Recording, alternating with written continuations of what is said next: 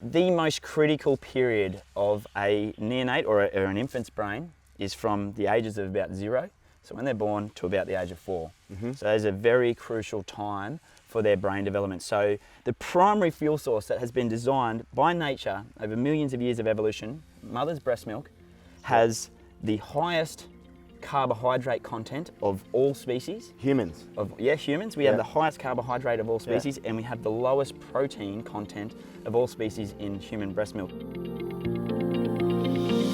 All right, I'm back with part 2 with Dr. Andrew, and we're going to talk about the development of the human brain. Now, we're told a lot growing up that meat has helped develop our brains and make the species we are become a lot smarter and differentiate ourselves from the animals to a human, I guess. You know how we can do a lot of different things and our brains have grown. So what I want from you today is if you can dispel that or give us some information on how the human brain has developed over the centuries and why this myth is out there.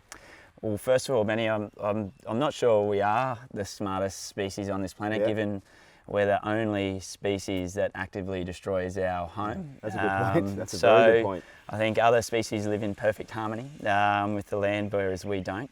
But the evolution of the human brain was something very big to me, whether you believe in the theory of evolution or not, and I do. I'm a scientist, of course I do. But it was Raymond Dart who hypothesized that it was meat that led to the evolution of the human brain. Now, Raymond Dart was a medic in World War I. Okay. And he'd seen firsthand the barbarity that humans were capable of, killing each other, shooting each other. I imagine that would have been horrendous. So he hypothesized then that the dawn of humanity was steeped in human blood. He suggested that we turned our knives on each other, killed each other, and ate each other. Okay, well. Which was pretty outrageous, and then that has since evolved then to become this, no, it was meat that led to the evolution of the human brain. Now, a couple of things that I really sort of questioned when I heard that was, first of all, we're not the only species on this planet that eats meat. There's been a lot of species around that have been around a lot longer than us, crocodiles, who eat meat. And I don't see them flying spaceships to the moon and things like that. That's a good point. Now, people will say that that's an absolutely ridiculous argument, but that's people's argument, is that meat made the human brain evolve. So I'm just not sure why it hasn't done that to other species. So look, there is so much evidence that refutes that, and I've seen the papers that suggests that humans ate meat and did all this. I have no doubt in my mind that at some stage during our evolution we started eating meat. We definitely did. But our goals today have changed completely. Our goals back in the caveman era were to live till we were 25. We were lucky to live to 25 if we didn't get killed by disease or a lion or whatever, and you were lucky enough to just procreate. Our goals today are to live to a ripe old age of 100. I always say I want to be out mowing my lawn when I'm on my 100th birthday. Me too. And doing it, That'd be mate, I'm going to get there. But that'd be great. So our goals, as I think, again, the evolution of the human brain is such an irrelevant argument, because if we want to evolve to the next step, then we need to think about preserving the planet.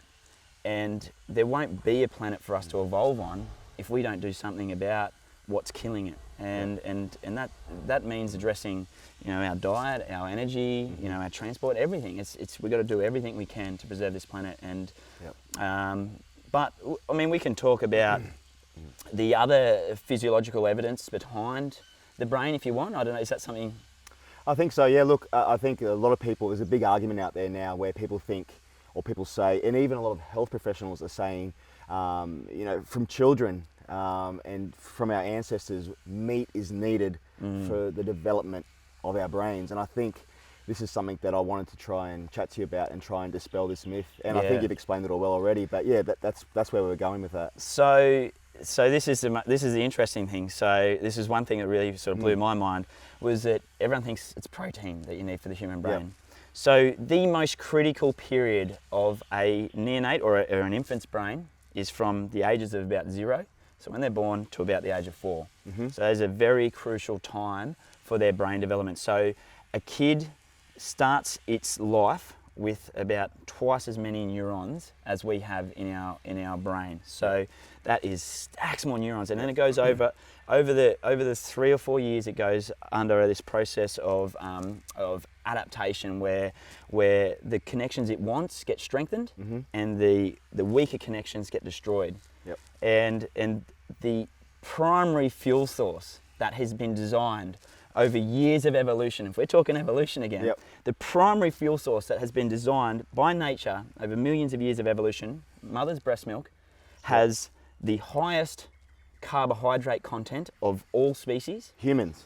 Humans. We have the highest carbohydrate of all species, and we have the lowest protein content of all species in human breast milk, and that is lower than rats and donkeys and anything. It's pretty remarkable. So is it protein that fuels the brain? No, it's not.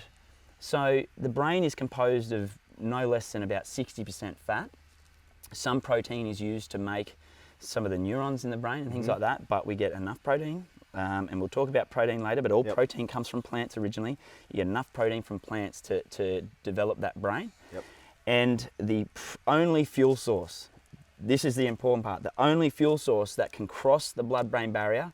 So the blood-brain barrier protects our brain, it protects it from infections. You know, if we put drugs into people's body, we have to have, you know, if we want to treat meningitis, we need to have a drug that will penetrate that blood-brain barrier. It's very difficult to cross that blood-brain barrier. The brain is protected with you know, very, very well.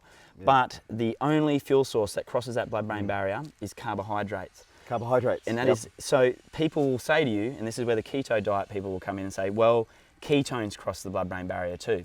Yes, that's true, but ketones are a survival mechanism. Again, if we're talking evolution, that is a survival mechanism that your brain is so severely depleted of carbohydrates that it will then break down fats into its very minor, into very small molecules, which then can then enter into our energy cycle in our cells and still create energy, and that will fuel the brain in periods of intense starvation. And that only happens, you get ketosis after about 48 hours of starving. You know, you've got enough glucose stores in your liver to power you for 24 hours, no worries. So, and that's the important take-home message, that carbohydrates release the most amount of energy per gram. So more than ketones, more than fats, and more than protein, far more than protein. So what you're trying to say, I guess, is that for the brain and how it works, carbohydrates are its preferred source of fuel. That's 100% what I'm saying. Yeah, it's the preferred source. The only other source is ketones, and like I said, that is in dire straits emergencies when you're so starved and so depleted of carbohydrates that the brain needs something to power it, and that's the important part. So all this science of, you know, the Neanderthals ate meat, and you know, these early hominids all ate meat. It's like, well, okay, they probably did, but did that cause the evolution of the human brain? I really don't think so. You know, and if you look at our physiology, and that's all I study as an anaesthetist, I can tell you right now, no one knows physiology like anaesthetists, but there is a lot of evidence that points to us being herbivores, or, you know, people talk about frugivores or whatever. But and that's the take-home message. Yeah, I think that's really good. I think that's really good what you just said, because when we look at evolution too, people go, cavemen did it. Well, cavemen weren't doing too well. No, they didn't do too well. You know what I mean? They weren't doing too well, and they weren't living very long. And you look at a lot of other native tribes, even if you go to Europe, you know what I mean? It doesn't matter, around the world, when we go back to this time, I guess through the Dark Ages, people weren't living very long. No. And they weren't eating very well. So when we say we used to eat that way, maybe that wasn't a good way to eat, because I guess those ancestors weren't living to a ripe old age, 100. And the other thing that's really interesting that you might find interesting is that over the last 20,000 years, our brain size has actually shrunk from our ancestors. So from 20,000 years ago, our brains were bigger, and they have shrunk by the size of a tennis ball now.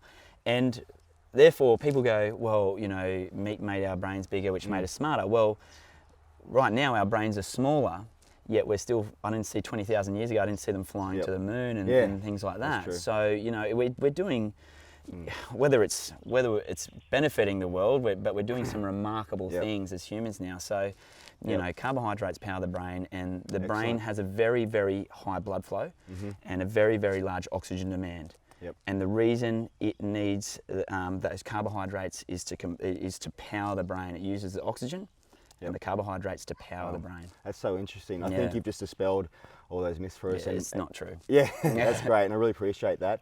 And I'm really excited because in our next series we're going to talk about iron, and I know you've got some really good information on that, and I'm really looking forward to you guys watching our next episode, episode 3 on iron. So stay tuned, because Dr. Andrew and myself will be back to chat about that really soon.